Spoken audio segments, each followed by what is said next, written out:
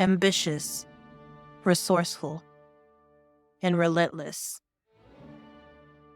William managed to shock the medieval world when he conquered the vast territory of England.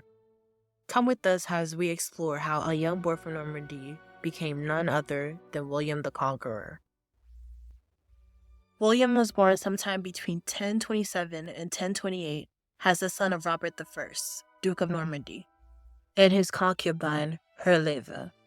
Many historians have given William the nickname of William the Bastard due to his illegitimate birth. Many people would think due to this he would have problems inheriting his father's title, due to the inheritance practices that went on with nobles in the ancient times. Still, contrary to popular belief, the Roman Catholic Church would have considered him a legitimate heir to his father's title. The moniker of William the Bastard wasn't even a thing during his lifetime. It wasn't focused on. At the time of his birth and even through his childhood, William's father Robert was busy consolidating power in Normandy. He managed to gain territory near the south. The Duke fought military campaigns all over Normandy to prove their might and quash any rebellions. He wasn't afraid to use political marriages to gain some advantages. Even though he didn't have a political marriage himself, he set up one for one of his sisters with the powerful count located in Flanders. An alliance with Count Baldwin IV made it possible for him to have a close neighbor to count on when he was in a conflict. Another ally that Robert had was a powerful one indeed, the King of France, Henry I. Robert proved his stance when during an incident where Henry's mother, Constance, wanted to replace him on the throne with his brother, another Robert. The Duke stood on the king's side. It was very important to have this connection with the king because the monarchy of France was the overlord of Robert's territory. During this period, Robert didn't forget about young William, who was often found listed in his charters, which were important documents used to list agreements and listed the nobles present at a certain event.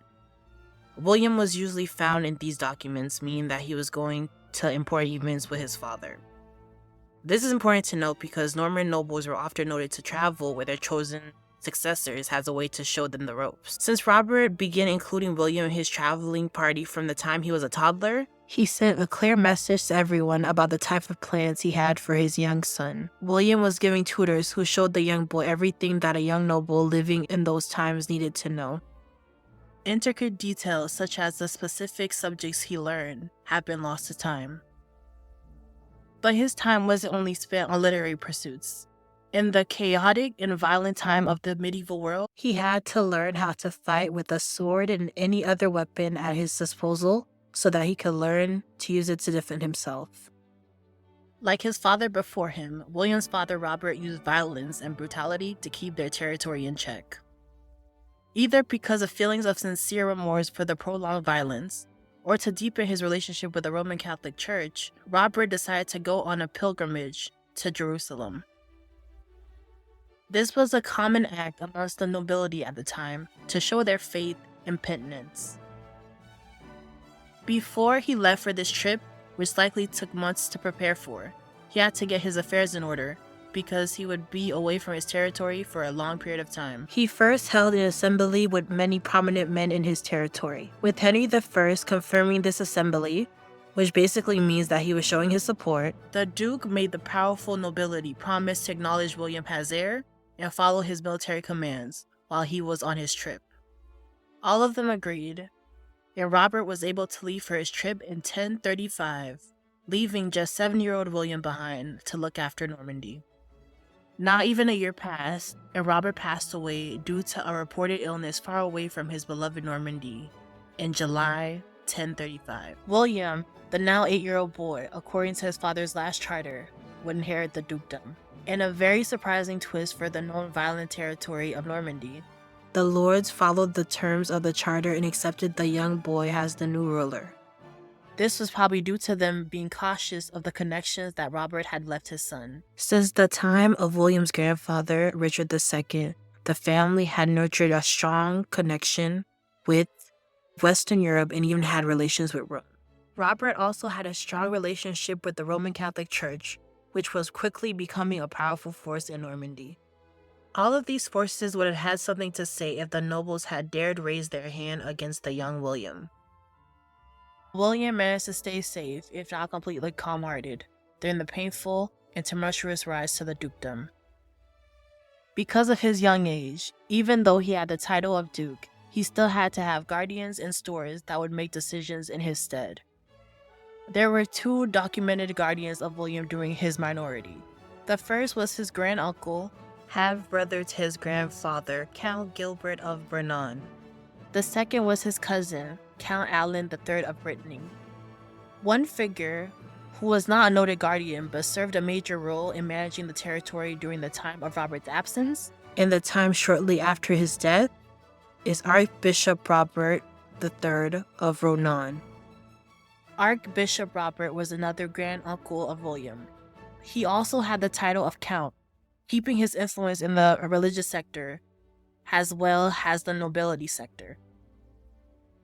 None of these men survived to see the end of William's minority. Count Gilbert, who was known for his arrogant personality, had many enemies in life. He was assassinated on the orders of Ralph de Lacy, the middle son of Archbishop Robert. This event most likely took place in 1040, a couple of years after Archbishop Robert died. To old age, and gave the title of Count of Evreux to his son Richard. This leaves historians uncertain if this was a personal grudge that caused the assassination of William's guardian or political interest. William's other guardian, Count Alan III, fell ill during a siege in October 1040 and died shortly after. It all started with ongoing conflict between William's guardians and rebels trying to win control over William, who was still in his minority. Sometime in 1037, the nobles thought that it would be the perfect time to stage a rebellion and gain control of the young duke without outside forces finding out. The leaders of the rebellion most likely played a role in Alan's illness, probably finding a way to poison him during the siege, with very few people left to help him. William could only count on his steward, Osborne de Quipon. Osborne had followed William's father during his many military campaigns and had protected William during his childhood. Osborne, having a military background, was able to stop the rebels several times and call on an old ally, King Henry I of France, to help out. With Henry's help, the rebels were sent into exile in Paris and their territories were taken away. Just when things had settled down and everyone thought the rebellion was resolved, more rebels sneaked into the Norman palace where William lived to assassinate him. Before the rebels could succeed, in the nick of time, Osborne took the fatal blow himself and saved William's life. After this incident, it was said that his maternal uncle, Walter, hid him among the common people for safety. All of his main supporters except King Henry were dead.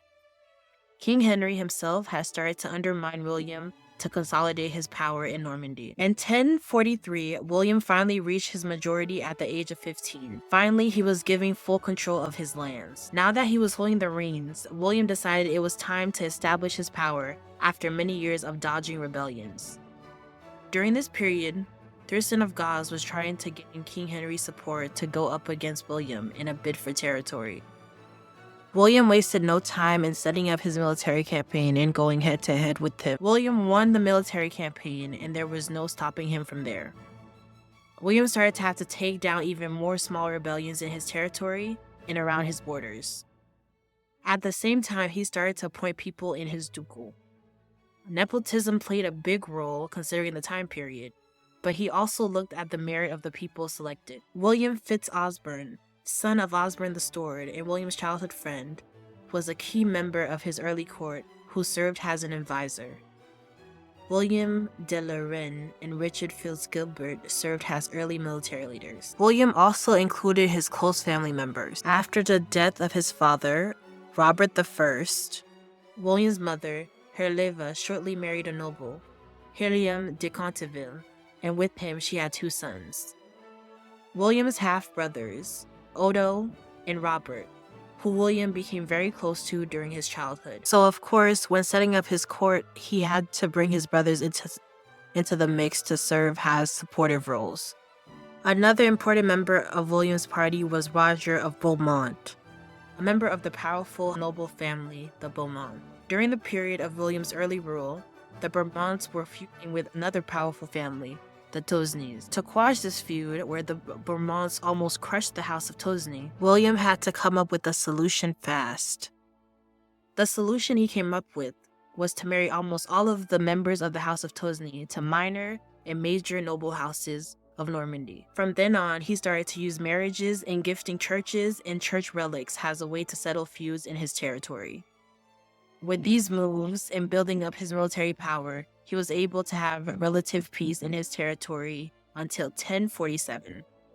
In 1047, 19-year-old William was about to face his biggest test yet when his cousin, Guy of Burgundy, now Count of Brion, decided that he should be the one in charge and take William's position.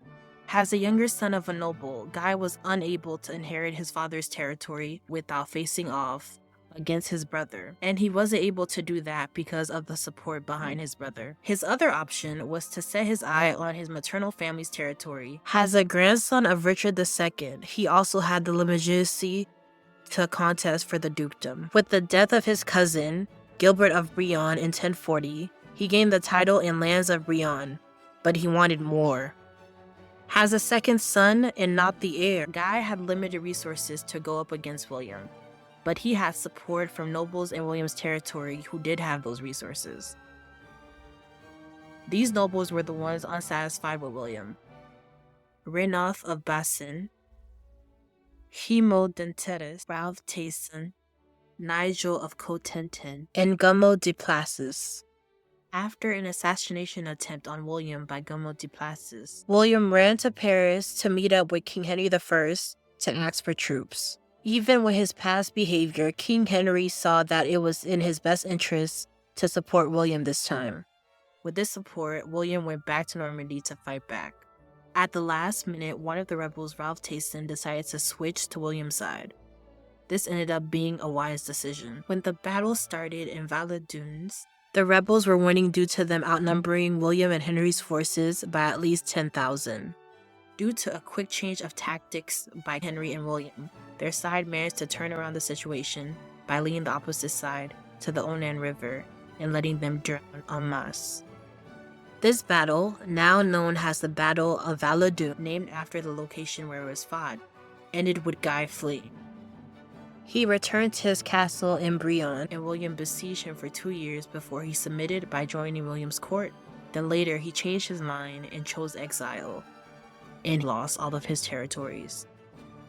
Even with the dissatisfaction of many, William was still able to prove his might and connections through this battle. He demonstrated this even more by making the nobles agree to a Truce of God agreement, which made it a rule that they couldn't fight on certain days of the week. No matter their feelings, by the early 1050s, William had consolidated his powers in Normandy. Even with this, he still wasn't an unbeatable regional force. During the 2 to 3 years besieging Guy at Brion, William still had time to step away and go about his other duties. One of these things would be going to an event in Henry's court in May 23, 1048, at Senlis. William's neighbor, Baldwin V, Count of Flanders, was present at this event. Many historians believe this is when the future marriage with Baldwin's daughter, Matilda, started being discussed. During this period, William had another conflict concerning the territory south of Normandy, Anjou. Geoffrey Martel of Anjou was competing with William to see who could take over the surrounding territories in northern France. The fight between William and Geoffrey would forever change the dynamic between Henry and William. Henry was becoming increasingly weary of William's growing power.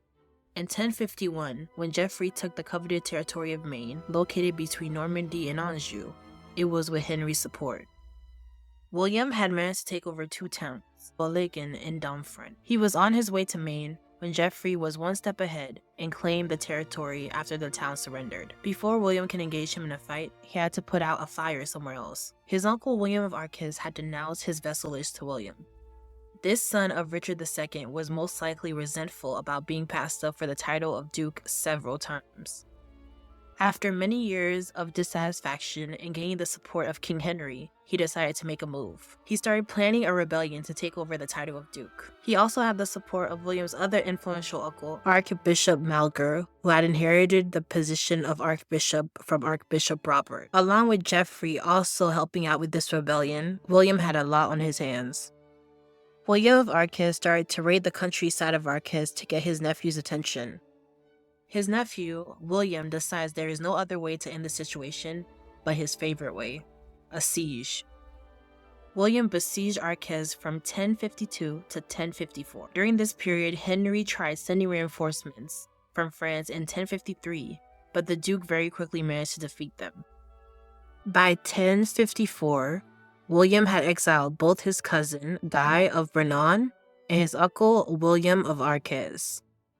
A truce was reached between William and Henry that allowed him to keep all the territory he had won during the battle. His uncle, the Archbishop, lost his titles and was also sent away into exile.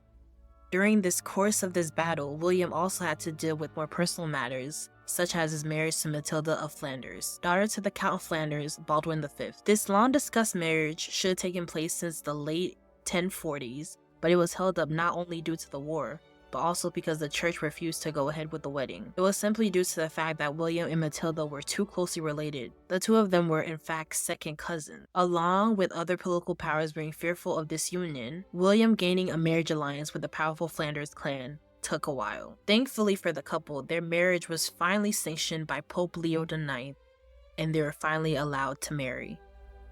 The Duke and Duchess went on to have at least 9 children. But the most notable ones for future reference were the eldest Robert and Richard, born in the mid-1050s. Another William, named after his father, was born in 1060. Their 2 daughters, Adeliza and Cecilia, who would play major roles in the European political scene in the future, were born in the 1050s. William had a long period of peace, but it was not meant to last. King Henry and Geoffrey Martel decided in 1057 that it was time to try to invade Normandy again. The battle that followed was devastating for Henry and Geoffrey. William made a surprise attack on their forces while they were trying to cross the Daves River. William managed to annihilate a large group of their army by killing all of the forces that had managed to cross before the rest of the army could come to their rescue. This psychological blow was too much for Henry and Geoffrey, so they had to withdraw. This last battle in Normandy, named the Battle of Vaireville, was the last attempted invasion of Normandy to happen in William's lifetime. His skill and military prowess deterred all other possible enemies from attacking. Shortly after this battle, he lost 2 persistent enemies, with Henry and Geoffrey dying soon after. With these 2 powerful enemies gone, and with his father-in-law, now one of the guardians of the new French monarch, he was able to conquer the surrounding territories. Many powerful lords at the time would be satisfied with all the accomplishments that William had achieved in a short 14 years. He had managed to become a strong regional power that all opposers were afraid to contest, and he had amassed a strong legion of followers and even had the support of the Roman Catholic Church. But for William and his strong, ambitious nature, this was far from enough. Many people, when they think about the Norman conquest, think of it as William wanting more territory, and England just happened to be ripe for the picking. But the issue of how William put his eyes towards England is much more complex than this. To understand how William was connected to the Anglo-Saxon royal line of England at all, we have to start with Edward the Confessor, who was born the son of King Ethelred the Unready, and Emma of Normandy, sister of William's grandfather Richard II, Duke of Normandy. During Edward's childhood, England had to face constant attempted invasions by the Vikings. Things became even worse for Edward's family when the Danish king, Sworden Folkbeard, disposed of his father, King Ethelred, as King of England. He also did this with support of some of the English nobility. To escape, his family went over to Normandy in 1013. Edward spent much of his youth there, and most likely could have developed a fondness for the Norman people and his younger cousin William. During the ups and downs for the battle for the English throne, he only returned to England once, in 1014, after the death of Sworden Folkbeard. When his royal line was challenged once again by Sworden's son, Canute, In 1016, this caused him to have to go back to Normandy for exile. Before his half-brother, Harthacnut, called him back to England in 1041, Norman sources reported that he promised William that if he was to become King of England and die childless, the throne would belong to William. Even though this report was most likely false, it gave William the fuel he needed to try and win the throne in the future. When Edward's half-brother, Harthacnut, the King of England, died in 1042, the English Council of Nobles, called the Wagement, elected Edward as king. Edward being crowned was the restoration of the native Anglo-Saxon royal line to the throne of England, after being ruled by Danish kings for many years.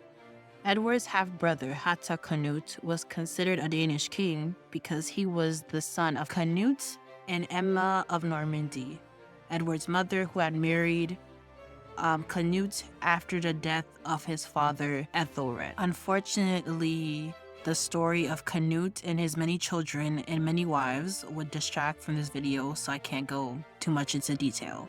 After his coronation in 1043, Edward married the daughter of one of the most prominent English nobles, Earlgod Wessex. Edward and Edith of Wessex married in 1045, but unfortunately the marriage produced no children, which was a very serious problem for a royal couple who were expected to provide heirs. During his reign, Edward had a tense relationship with his nobles, especially his in-laws, the Wessex. In 1051, he even had them exiled after a dispute. Later on, they came back with military force, and he was forced to reinstate them. In 1064, Harold Godwin, Earl of Wessex, was shipwrecked on the coast of Normandy. He was rescued by William and his party. During this period, it was reported once again by Norman sources that he swore an oath to support William's claim to the throne of England. After Edward's death in 1066, instead of still keeping his vow to William, Harold agreed to take the throne when the Council of Nobles elected him as king. William saw this as a major betrayal by Harold. William started to plan for an immediate war. All of the connections he made and all of the territory that he conquered would come in handy here. Because of his reputation, many were willing to put their faith in him for this epic battle against England. One of the most prominent allies who decided to support him was Alan Rufus, who led the forces from Brittany, the Britons. Another prominent force that were there to show their support were the Flemish soldiers, who were mercenaries and allies from the region of Flanders. William not only had all these forces and supporters he had built up from his childhood, but he also had the support of the Catholic Church, due to Pope Alexander II giving William a papal, symbolizing their blessings for the invasion. Unfortunately for Harold Godwin, William was not the only contender he had to deal with for the English throne. Harald the Hardrada, King of Norway, believed that he should have been given the throne because of a treaty made by King Magnus I of Norway and King Harthacnut of England that stated if either died without an heir, the other would inherit their kingdom. Harold had the support of the other Harold's exiled brother, Toxic Godwin. Harald the Hardrada invaded from the north. He had some victory in the Battle of Fulford, but the King of England managed to defeat him in the Battle of Stamford Bridge, where the Hardrada died in battle. Finished calming the north, King Harold had to move south to counterattack William. William had set up an old age iron fort at Hastings. He used it as his base as he looted and raided the countryside. When he tried to make a surprise attack, scouts from William's side spotted him beforehand. William and his allies charged, trying to break the wall that the English had put up. They battled from the morning of October the 14th to dusk the next day. William had the Britons and the Flemish on either side of him. His knights were at his back as he battled with the king's forces. Sometimes he would go out solo to kill some more formidable soldiers. William's side faked retreat many times, only for them to charge back even stronger. William was so engrossed in the battle, and his soldiers would often lose sight of him, and some would even think he was dead in some moments. Not many details are known about how Harold eventually lost his life on the battlefield, but legend has it that a single arrow struck the king in the head, killing him instantly and giving William the final victory. After receiving the news of Harold's death, the nobles crowned Harold's younger brother, the teenage Edgar Elting, king. Mere weeks later, when William finally made his way to London, Edgar and the nobles had to face reality and surrender. During the Christmas Day of 1066, William was crowned King of England. During the rest of his lifetime, William went on to effectively rule Normandy and England, going back and forth between the two. He was able to keep hold of both of them until his death in 1087.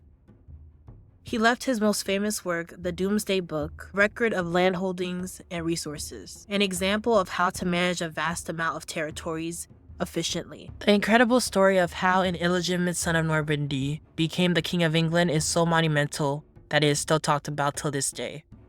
The fact that William was able to achieve this allows us to see his tactarian mind, his brutal and violent ways in battle, and most of all, his resilience. Whatever history has to say about him, he'll be forever remembered as William the Conqueror. Thank you so much for sticking with me as we explored the story of William the Conqueror. If you like this video, I'm sure you would also like the one about Caligula, who was a different type of ruler entirely. The Romans even knew him as the Mad Emperor.